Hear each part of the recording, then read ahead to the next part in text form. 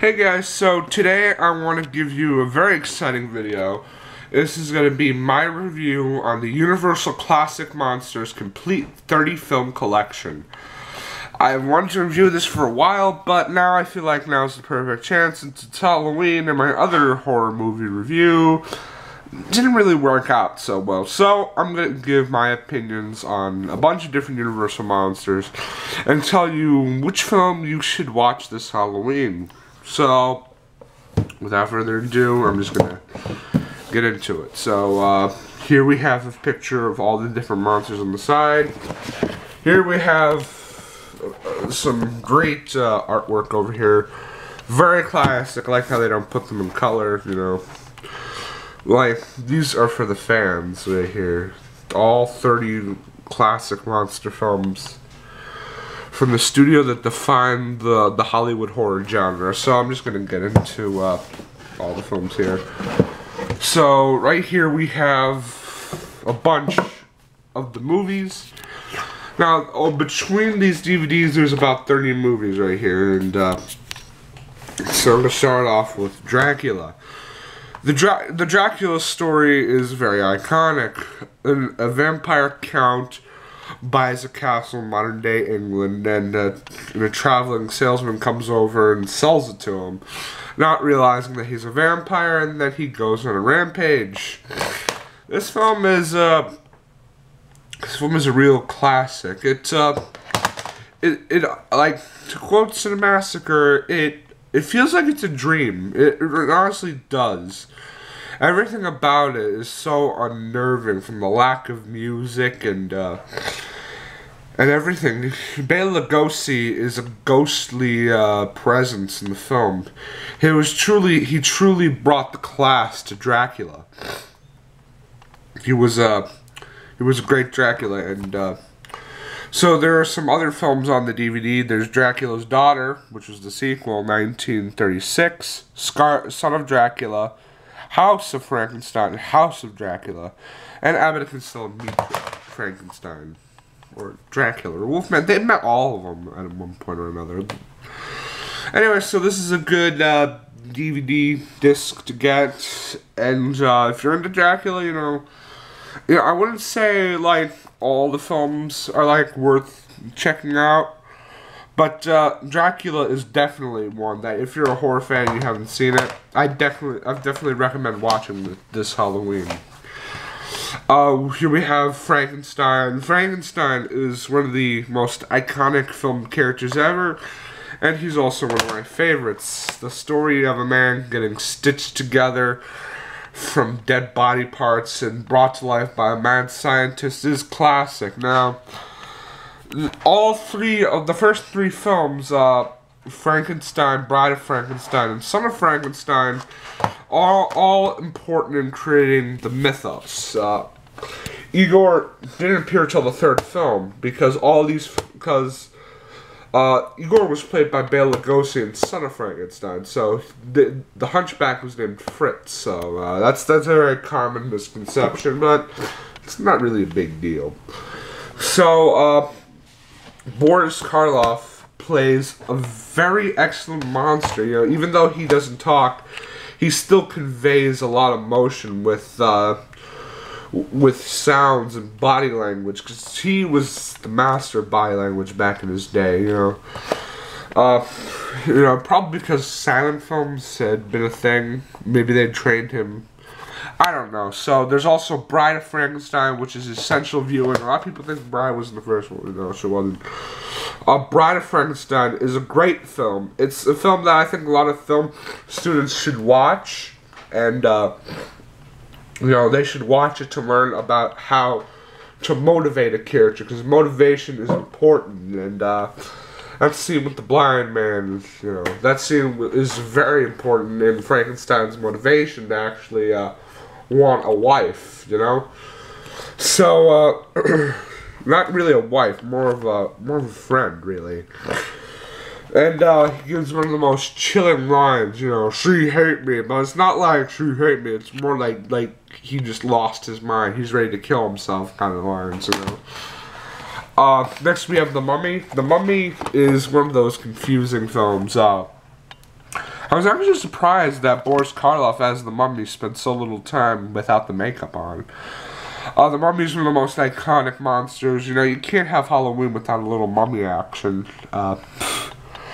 So, Boris Karloff gives a very interesting performance.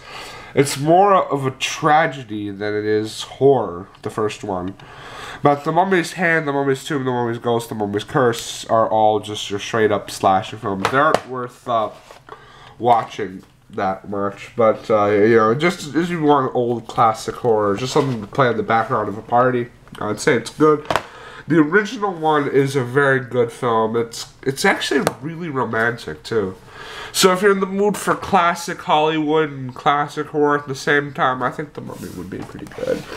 The Invisible Man.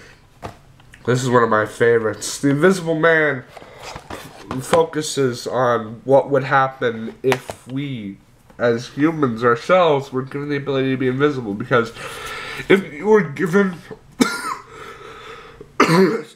excuse me, if you were given the ability to be invisible, you know, you would totally take advantage of that. You wouldn't do it for good. You wouldn't use it. You'd basically do whatever you want. So the film, I was surprised how it starts out with him invisible. And Claude Rains does amazing. You can't see any of his facial movements, yet you get every word of what he's saying. It just shows to go what a classic actor he was, what a great actor. You don't see a single, you don't see him until the very end, and spoilers, skip ahead a few seconds until he dies, and then he becomes visible again. So, Claude Rains was great. The film is almost worth watching because of Claude Rains, but the film does not dower any other aspects. The production value is amazing, and it's actually hilarious as hell. It's one of those comedies that has aged really well. You know, it's one of those things that never that isn't drenched in the time period. That is always kind of funny. It's like slapstick kind of humor. So if you're into slapstick, and he was perfect to meet Abbott and Costello. He was the perfect monster, you know. The special effects are also really freaking amazing. This was in the same year as King Kong and Fantasia. 1933 was a great year for special effects and animation. So, yeah, this is a very good, and you know, so I want to say something quick about the sequel, The Invisible Man Returns.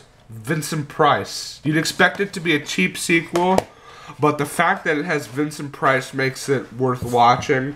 And Vincent Price plays the Invisible Man too. It's not a cheap sequel, cash grab whatsoever. I'm quoting Cinemassacre on that. The Invisible Woman, I've heard bad things about it. I haven't seen it, so I can't give comments.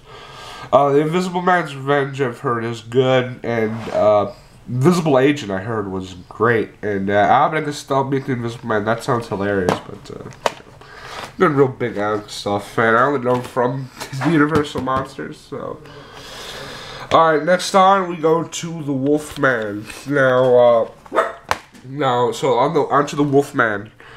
The Wolfman is one of the most tragic monsters ever, and I think anyone trying to make a tragic film should look at the Wolfman, because he's so sympathetic. I will admit that this film has aged well. It drags on at some points, and it's really hard to sometimes, you know, get into it, but when it delivers, it really delivers. The chilling atmosphere that the old Gypsy Festival gives, it really just makes it worth watching. And but it is a little slow, and he also met Frankenstein, and he had no real sequel. So The Phantom of the Opera, I haven't seen it, so I'm not going to give comment on it. So I really think you should check it out on your own opinion, because I haven't seen it, and I thought it was the original one, and up until I actually looked at it. So. And The Creature from the Black Lagoon. The Creature from the Black Lagoon is the true missing link between classic horror and modern horror. Between the classic monsters and the B-movie monsters. Clint Eastwood was actually in this movie, I think. I think it was Clint Eastwood, I'm not sure. There were only 3 films: Revenge of the Creature, Creature from the Black Lagoon, Creature Walks Among Us. You know, it's worth seeing if you're in a mood for classic 50s horror. And I always liked the Gilman's design as one of my favorite monster designs. I can't say much about it though. I think it's a film that I recommend if you're in the mood for classic.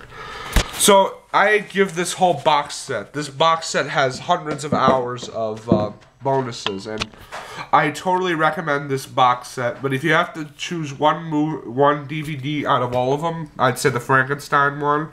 And that the Frankenstein is the movie you should watch this Halloween. The original 1931 and the first and Bride of Frankenstein you should definitely watch. So overall, I'd give all the movies on this box set either 7 out of 5 to 10 out of 10. They're all great movies here. And so, but some of them are a little dated, so watch out for that. So, my battery's about to die here, so overall I give this box set a 10 out of 10. This is one of the greatest box sets I've ever purchased. It's a little expensive, but it's worth it. Because you get thousands of hours of extras. Not thousands, but you know what I mean. So, like, share, and subscribe, and we'll be back later with a costume video. So, like, share, and subscribe, and peace out.